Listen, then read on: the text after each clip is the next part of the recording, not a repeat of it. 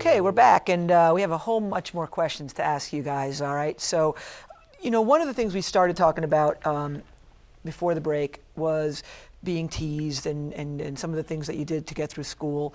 But if you could talk to a teacher tomorrow, a teacher who's going to work with students with autism, what would be some advice you would give her? Well, I would say there's an old expression out there. It's called Rome wasn't built in a day, and that definitely applies to children with autism. You have, to be able to be patient and understanding. You have to take it one day at a time. It's like building a house. Right. You begin with your base, your foundation, and then you work your way up. Just because you destroyed the shutters or you destroyed a part of the house doesn't mean you give up on the whole house. Right. You keep working on it. Yeah. And that's the same thing with children with autism. You keep working with them and helping them understand new concepts and ideas and social skills until they understand. And I promise these teachers this, that if they keep working hard, they keep being perseverant and never give up on these kids, they will be amazed and surprised at the abilities these kids have like they've never been amazed and surprised in their entire life. That's true, Eric. I'm always amazed. I think we have to set our expectations high, right, Mike? Right. And reach for whatever we can reach for, and then I think people will be amazed. Let's just spend a few minutes, and I know, Michael, you probably didn't prepare for these questions, but I just want to hear a little bit about what are some things, like what's a typical day? So I know you said you work. Yes, I work part-time at CVS on originally Fridays, but now I work on Mondays and Wednesdays and Fridays. And what do you do there? I face shelves and use customer service. So you help the customers when they come in? Yes, and like what? Give me an example of what you do with them. Like when they ask me where I could find a typical project, and then I would tell them where it's located. Oh, excellent. So you help the customers, you face the shelves, and they increased your time there, right? So you went from 1 day a week to 3 days a week? Yeah. That's great. That must mean you're a good employee, huh? Yeah. And Eric, you failed to mention where you work, so maybe you could tell them a little bit about that. Well, I work for you, Joanne, at Eden 2 School, and I love it every day. I'm in the library in the morning. I'm also in the front desk in the afternoon, and I work in finance helping you with finding schools or other places. I do a lot of typing, data entry programs for you. And sometimes I'll help with the tap floor or bus duty in the morning. Other than vacations, how many days have you missed? Maybe 14, because when I'm in Florida. Yeah. No, I'm talking.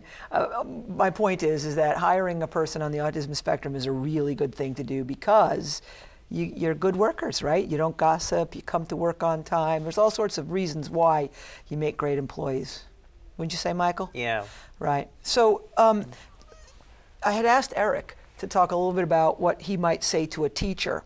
What would you say to a student, a fellow student, that might make it easier for that student to be able to accept people with autism?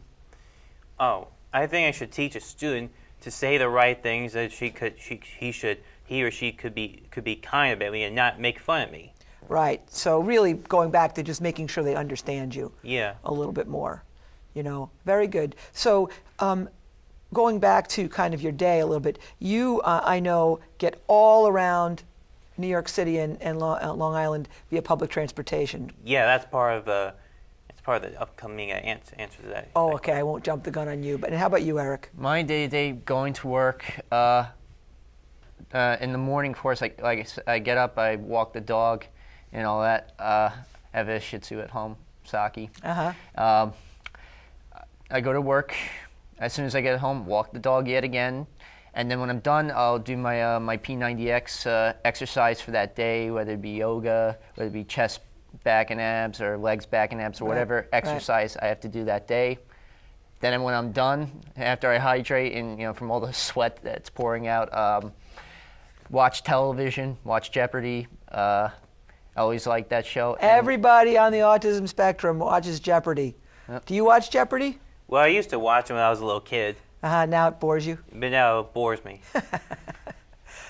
I watch it and so many other TV shows like 2.5 Men or not Seinfeld anymore, but very good. Boardwalk Empire. I'd say. So before we go to a break, maybe you could just tell me each about your hobbies. You have some hobbies, Eric, I think. Well, besides the exercising, I like to watch lots of movies. Right. Now I'm into watching a lot of films that you would see in like Turner Classic. Uh-huh. I also like to go on the computer, go on YouTube. You're a sports fan? Or I like watching the New York Jets and the Mets, and I'm a Knicks fan, and I like the Rangers. Right. So New Big York all sports the fan, way. right. How about you, Michael? Well, for my hobbies, one of my big hobbies is traveling. Oh, I know. My yeah. other hobbies have expanded to include going to Toastmasters international meetings, work out at the gym, spending time on the computer, possibly do some designing using Adobe programs, Very good. and even like and also like working on websites and sometimes watching sometimes watching TV on weeknights or days when I relax. At the end of the show, before we finish, we'll make sure we run your website so people can go check out your artwork. Yeah, Right, because we'll put it on the bottom so they can see it. That would be great. I said yeah. Right. So when we're going to go to a break, and when we come back, what we're going to do is, I want to hear, what your plans for the future are, and what you're most proud of in your accomplishments. All right. So we'll be right back. Welcome to the Eden 2 Computer Lab and Library. I'm Eric Rosen. I want to show you a few things that are very unique about the library. We have an assortment of books. Well, I come in and, any of the chairs, I put it together, or any books where they're not supposed to be, I'll put them back where they have to be. If there are any tapes that are out of place, I'll put them together. I'll turn the laminator on. I'll make sure the computers are on and set them up and get them ready for the first class. And 5 minutes before any class comes in, I'll call them, tell them they have library at a certain time. Hi guys, it's Eric. Just calling to remind you have library at 11. And boom, they'll say thank you and or thanks Eric, whatever, for that day, and they'll come in. I'll help them out with whatever they need in terms of their programs, and just try to put on a happy face and do my best, and just and help out in any way I can. You know what? The fact that I'm not the 9.1% unemployed in this country, and I have a sustainable job. I have an income. I'm able to pay my bills. I'm happy for that. It teaches me responsibility. It teaches me what it is to be an adult. This is what everybody does every day. They go to work, they earn a living, and they got to pay certain bills. Whether it's your car bill, your house bill, your mortgage, your rent, your student loans, which I have to pay, and credit cards. I'm happy to be gainfully employed and performing a job and doing whatever is needed of me.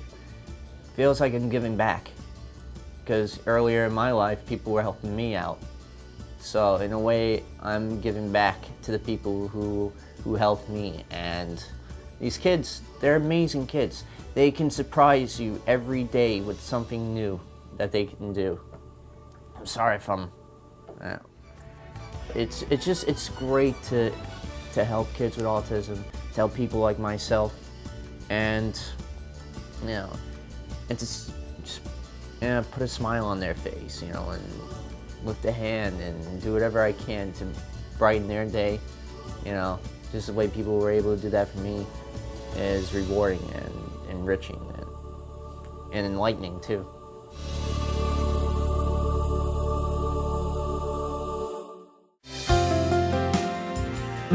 Okay, welcome back. We've got a few more questions for you guys, if you don't mind. So, you both have come very far, but I am certain, because that autism is this lifelong kind of an issue, that you might still have some issues that you struggle with today. I don't know, Eric, what's kind of hard for you still today? Well, there's a myriad of issues that I still, have to overcome. One is my anxiety. Sometimes I can get very nervous and anxious. when it's not even prudent. But Right. I always feel like I always feel that way sometimes. No, but yeah, sometimes I feel like that. And two, I can be sometimes I can get depressed, and upset. Maybe because you're anxious. Yep. And to add to that pool is the self-deprecation, the fact that I put myself down, when I know it's not necessary. I'm not that bad as I think I am, or I didn't do that thing wrong, but yet I still struggle with that. And the fourth and lastly is my inability sometimes to socialize with women outside of Eden 2. Meeting girls. Yep, because at Eden 2, I can easily talk to the girls there because I know them very well.